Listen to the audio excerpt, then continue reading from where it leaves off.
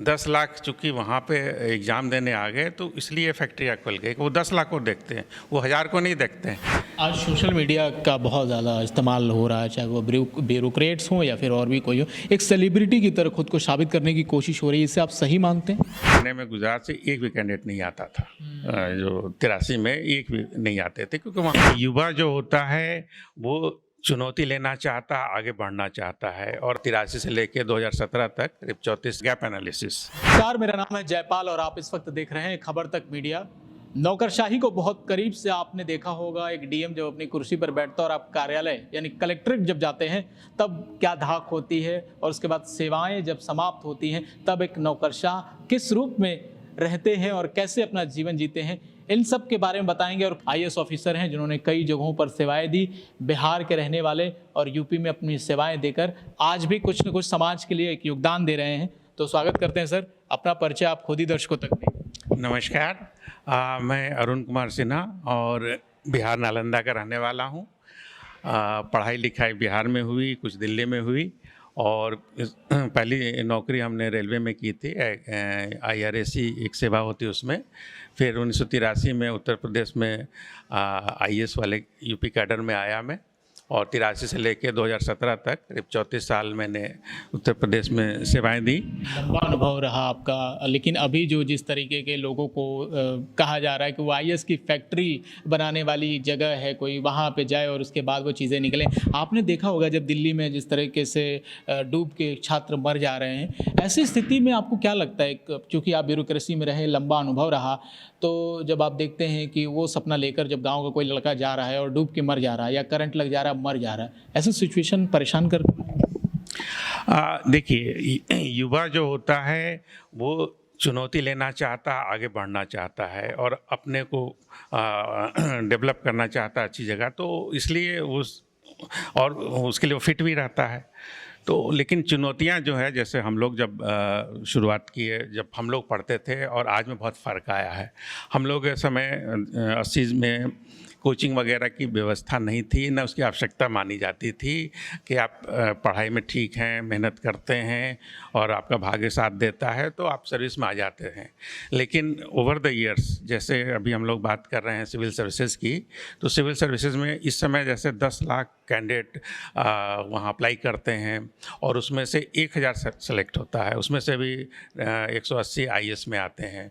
तो चुनौती बहुत बढ़ गई है कि 10 लाख में से 9,99,000 रिजेक्ट होने जा रहा है। ये परिस्थिति आ चुकी है, उस तरह का है। तो युवाओं के लिए चैलेंज है कि उसको किस ढंग से लें और क्या करें। इसमें 3 व्यक्ति बहुत महत्वपूर्ण होता है। पहला तो वो अभ्यर्थी है जो कैंडिडेट है, और उसके बाद उसके जो पेरेंट हैं, गार्जियन है, उनका भी बहुत इसमें महत्वपूर्ण रोल है। और तीसरा कि कोई न कोई उसके साथ एक शिक्षक जुड़ा होता है जो उसके वेलफेयर में होता है।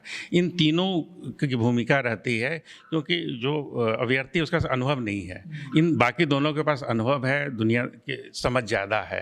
तो अगर ये तीनों मिलकर तय करते हैं तो ज़्यादा मुझे लगता है कि उसको इस चैलेंज को जूझने का मौका मिलेगा और वो सही स्थान पर पहुँचेगा। किसको आना चाहिए सिविल सर्विसेज में और किसको नहीं आना चाहिए? क्योंकि हर आदमी कहीं आहत हो जाता है तो उसको लगता है कि आज मैं कलेक्टर बन जाऊंगा, कल ये सिस्टम सुधार दूंगा, परसों मैं IPS ऑफिसर बन जाऊंगा तो ये सुधार दूंगा। क्या ये चीज़ें सही होती है, या जो आपको लगता है जो फैक्ट्री बनाने वाली मशीनें आजकल खाली हो गई हैं, जगह जगह पे मंडियाँ खुल गई हैं कि IAS ऑफिसर बना के निकालेंगे, कसूर कहाँ है सिस्टम में और क्या करना चाहिए लोगों को? कब आना चाहिए और कब नहीं आना चाहिए, ये कैसे तय करें?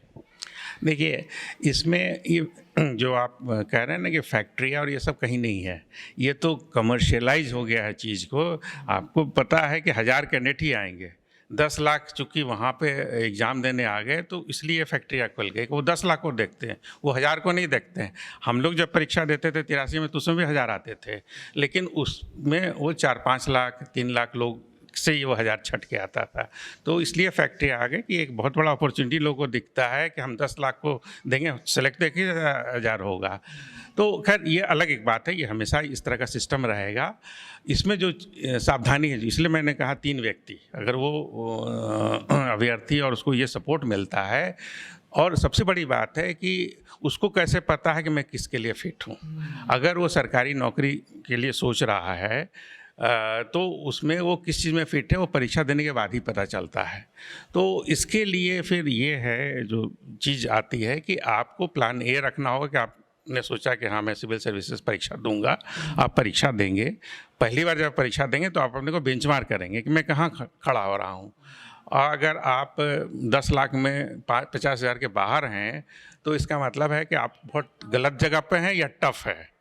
और उसको मैं कहता हूँ कि बेसिकली आपको देखना होगा गैप एनालिसिस कि आप जो परीक्षा दिया तो एक तो अंक आए आपके और क्या आपका पोटेंशियल है, और वो पोटेंशियल अगर उसके बराबर है जो सेलेक्ट हो रहा है तो इसका मतलब आप सही जगह पे हैं, आपको मेहनत करने की ज़रूरत है। और अगर आप देखते हैं कि हमारे पोटेंशियल के बाद ही हम वहाँ नहीं जा पाएंगे तो आप गलत जगह पे हैं, आपको वहाँ से हटना चाहिए। ये निर्णय अभ्यर्थी अकेले नहीं ले पाता है और उसमें उसके पेरेंट टीचर का बड़ा योगदान हो सकता है कि एक बार दो बार देने के बाद आपको पता है। जैसे यूपी में देखिए 40 साल हमारी, जब हम लोग आए थे तो उसमें 27 साल हुआ करता था मैक्सिमम एज यूपीएससी में, आज वो बढ़ के 32 साल हो गया है। तो ठीक है, चूँकि ये भी बात आता है कि आरक्षण और जो लोग ऐसे जैसे ग्रामीण क्षेत्र से आ रहे हैं उनको एक लेवल प्लेइंग फील्ड मिलना चाहिए, लेकिन ये एक बैलेंस आपको बनाना पड़ेगा कि 40 साल तक आप परीक्षा देंगे और उसके बाद असफल हो जाएंगे, या आरक्षण अगर आपको मिल रहा हो तो 45 साल तक परीक्षा देंगे और असफल हो जाएंगे, तो उसका वो समाज में क्या दे पाएगा? 45 साल के बाद वो समाज को क्या देगा? और बड़ी संख्या है आपके यहाँ।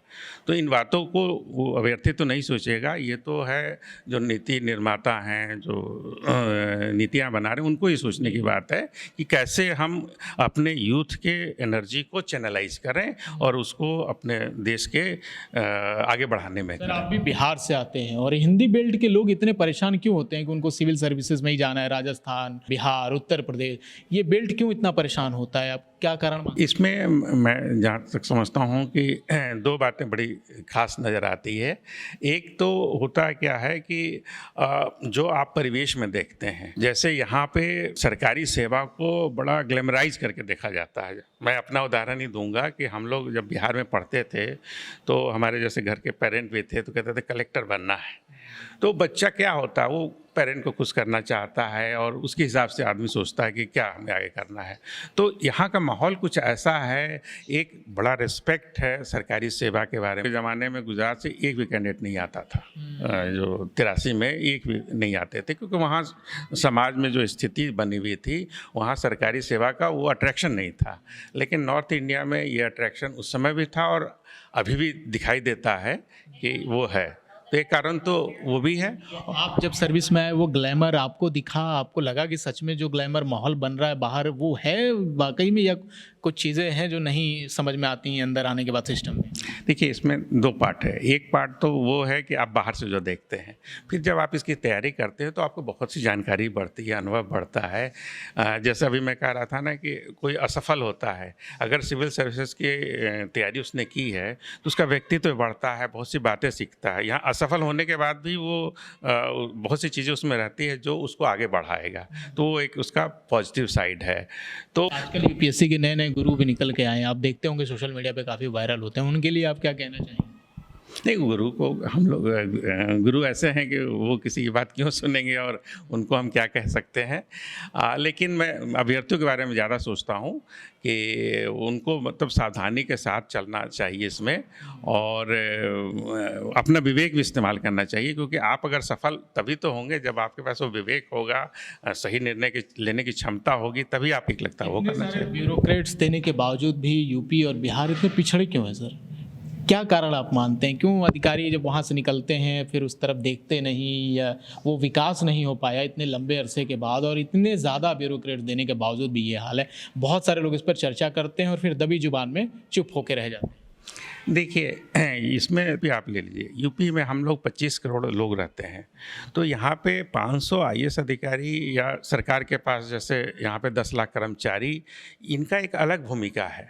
अगर पूरे प्रदेश का डेवलपमेंट होना है तो उस 25 करोड़ की व्यवस्था बननी है और उसमें पॉलिसीज़ होनी चाहिए, और उनका बहुत बड़ा रोल होता है। और ब्यूरोक्रेट उसमें एक छोटा सा भूमिका अदा करता है, वो एडवाइस करता है और चीज़ों को इम्प्लीमेंट करता है जो भी चीज़ें आती हैं। तो ये जो हमारे पॉलिटिशियन हैं, ब्यूरोक्रेट है और समाज, तीनों मिल के जब साथ चलेंगे और एक दिशा में चलेंगे, तब जाकर चीज़ें बढ़ती है। जो आप देखेंगे कि जैसे जो अच्छे गवर्न स्टेट है, वहाँ गवर्नेंस अच्छी है, तो वहाँ तीनों एलिमेंट समझदार हैं। ऐसा नहीं है कि सिर्फ ब्यूरोक्रेट समझदार हो जाएगा तो सब कुछ परिवर्तित हो जाएगा। तीनों एलिमेंट को व्यवस्था है और जो ब्यूरोक्रेट है और समाज, ये तीनों मिल के काम करेंगे तभी ये चीज़ होगा। शायद यहाँ पे हम लोग के यहाँ गैप रह जाता है और बहुत सी ऐसी चीज़ों पे हम ज़्यादा ध्यान देते हैं जो आपको आगे नहीं ले जाता है। लेकिन हम लोग का वो पुराना, जैसे इसी में मैं जोड़ना चाहूँगा कि आईएएस का जैसे हम लोग आए, तो सबसे बड़ी बात है कि 47 के बाद आईएएस जो आता है वो एक डिफरेंट आईएएस है। लेकिन आज भी मैं देखता बहुत जगह रोल मॉडल होता है ब्रिटिश का, कि ब्रिटिश का कलेक्टर ऐसा होता था। ब्रिटिश का कलेक्टर रोल मॉडल हमारा नहीं है। हमारा रोल मॉडल आज का कलेक्टर होगा जो पॉलिटिशियन का भी सम्मान करेगा, उनको भी सही एडवाइस करेगा और जो नियम बनते हैं उनको सही ढंग से पालन करेगा बिना किसी भेदभाव के। आज सोशल मीडिया का बहुत ज़्यादा इस्तेमाल हो रहा है, चाहे वो ब्यूरोक्रेट्स हों या फिर और भी कोई हो, एक सेलिब्रिटी की तरह खुद को साबित करने की कोशिश हो रही है। इसे आप सही मानते हैं? नहीं, इससे मैं बिल्कुल सहमत नहीं हूँ। ब्यूरोक्रेसी का काम उसमें आपको सामने नहीं आने की ज़रूरत है, आपको काम है और काम दिखाई देना चाहिए।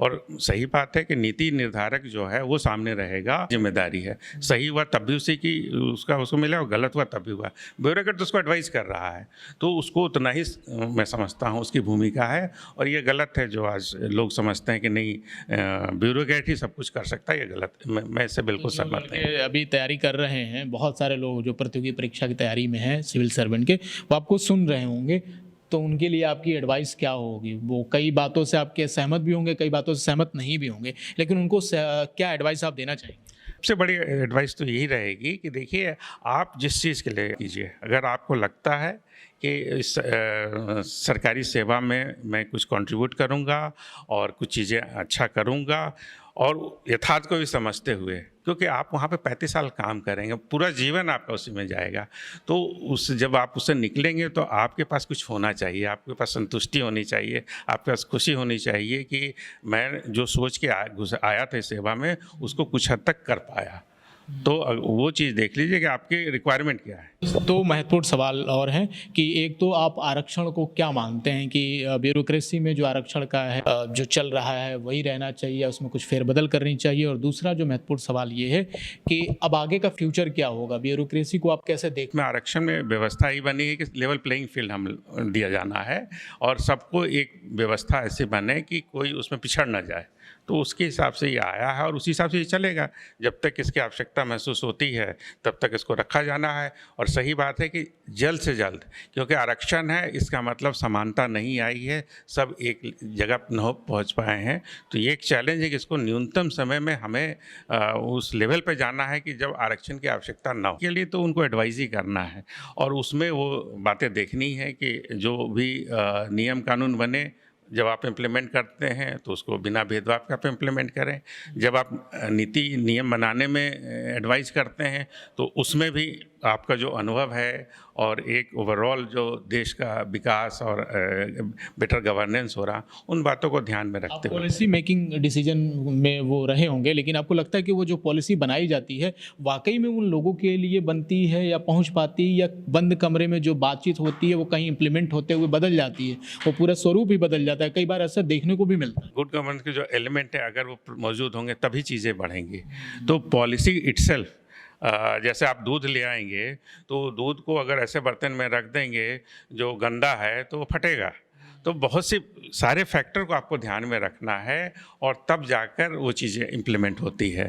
तो वो चीज़ें हैं और इसलिए मैंने तीनों की भूमिका बताई कि पॉलिटिशियन, ब्यूरोक्रेट और समाज, सभी को अपनी जिम्मेदारी उठानी होगी, सहयोग करना होगा और तब जाके हम आइडियल स्थिति में पहुँचते हैं। आखिरी सवाल ये है कि रिटायरमेंट के बाद क्या उसी तरह से दिनचर्या रहती है? रिटायरमेंट के बाद क्या स्थिति होती है? क्या लोग वैसे ही मिलते जुलते हैं, वही लोगों का जो भीड़ भाड़ है वो रहता है, या कुछ बदल जाता है, या कैसा दिनचर्या हो जाता है आप लोगों का? होगा जब आप लोग सेवा से जो है वो मुक्त होते हैं? देखिए ये बड़ा व्यक्तिगत रिटायरमेंट के बाद कठिनाइयाँ आती है, क्योंकि फिर जो लोग हैं आपके फेस वैल्यू पे लेंगे जो आप करेंगे। मतलब मैं बड़ा भाग्यशाली रहा कि इतने समय लाल बत्ती तो नहीं, नीली बत्ती यूपी में चलती थी, और जब हम लोग चीफ सेक्रेटरी रैंक में आए तब लाल बत्ती वाली बात आई। लेकिन ठीक है, लाइफ के हर शेड, जैसे गर्मी, जाड़ा, ठंडक हम लोग देखते हैं ना, तो वो हर शेड को देखता है, तो इसका भी एक आनंद है। और ये ज़रूर है कि जो यंग पीढ़ी को देखता हूँ उनको काम करते हुए तो बड़ी खुशी होती है कि अच्छे लोग हैं, अच्छे काम करते हैं। जैसे आज आपने कहा ना सोशल मीडिया, तो हम लोग के ज़माने में जब हम लोग जैसे कलेक्टर जो ऐसा होता है जो इंटरफेस होता है, और उसमें ये चीज़ें उतनी नहीं थी जितना आज है। ट्रांसपेरेंसी बहुत अच्छी हो गई है, हर चीज़ हर जगह तुरंत पहुंच रही है, तो चैलेंज भी उतनी ही बढ़ गई है। कोई आखिरी सलाह चलते चलते देना चाहेंगे दर्शकों को? सुन रहे हैं कंपटीशन वाले, सुन रहे हैं जो, अगर आप है तो बस वही जो पुरानी बात को मैं फिर रिपीट करूंगा कि सोच समझ के कीजिए, और जीवन में बस उसको आप कितना अच्छे से एंजॉय करते हैं, और जो आपका पोटेंशियल है उसको आप कितना महसूस करते हैं कि हमने पूरा किया, वो आपको खुशी देता है। तो यही बात मैं कहूँगा कि आप भी यही करो कि 30 साल 40 साल के बाद आपको अच्छा लगे, और जो मिले, जैसे हम लोग कलेक्टर रहे तो आज उस ज़िले के लोग मिलते हैं तो लगता है कि ये अपना जगह है, यहाँ मैंने कभी समय काटा था, तो अच्छा लगता है। उनकी कोई अच्छी बात वहाँ के बारे में सुनते हैं तो अच्छा लगे आपको। बहुत बहुत शुक्रिया सर बातचीत करने के लिए। बहुत बहुत धन्यवाद। तो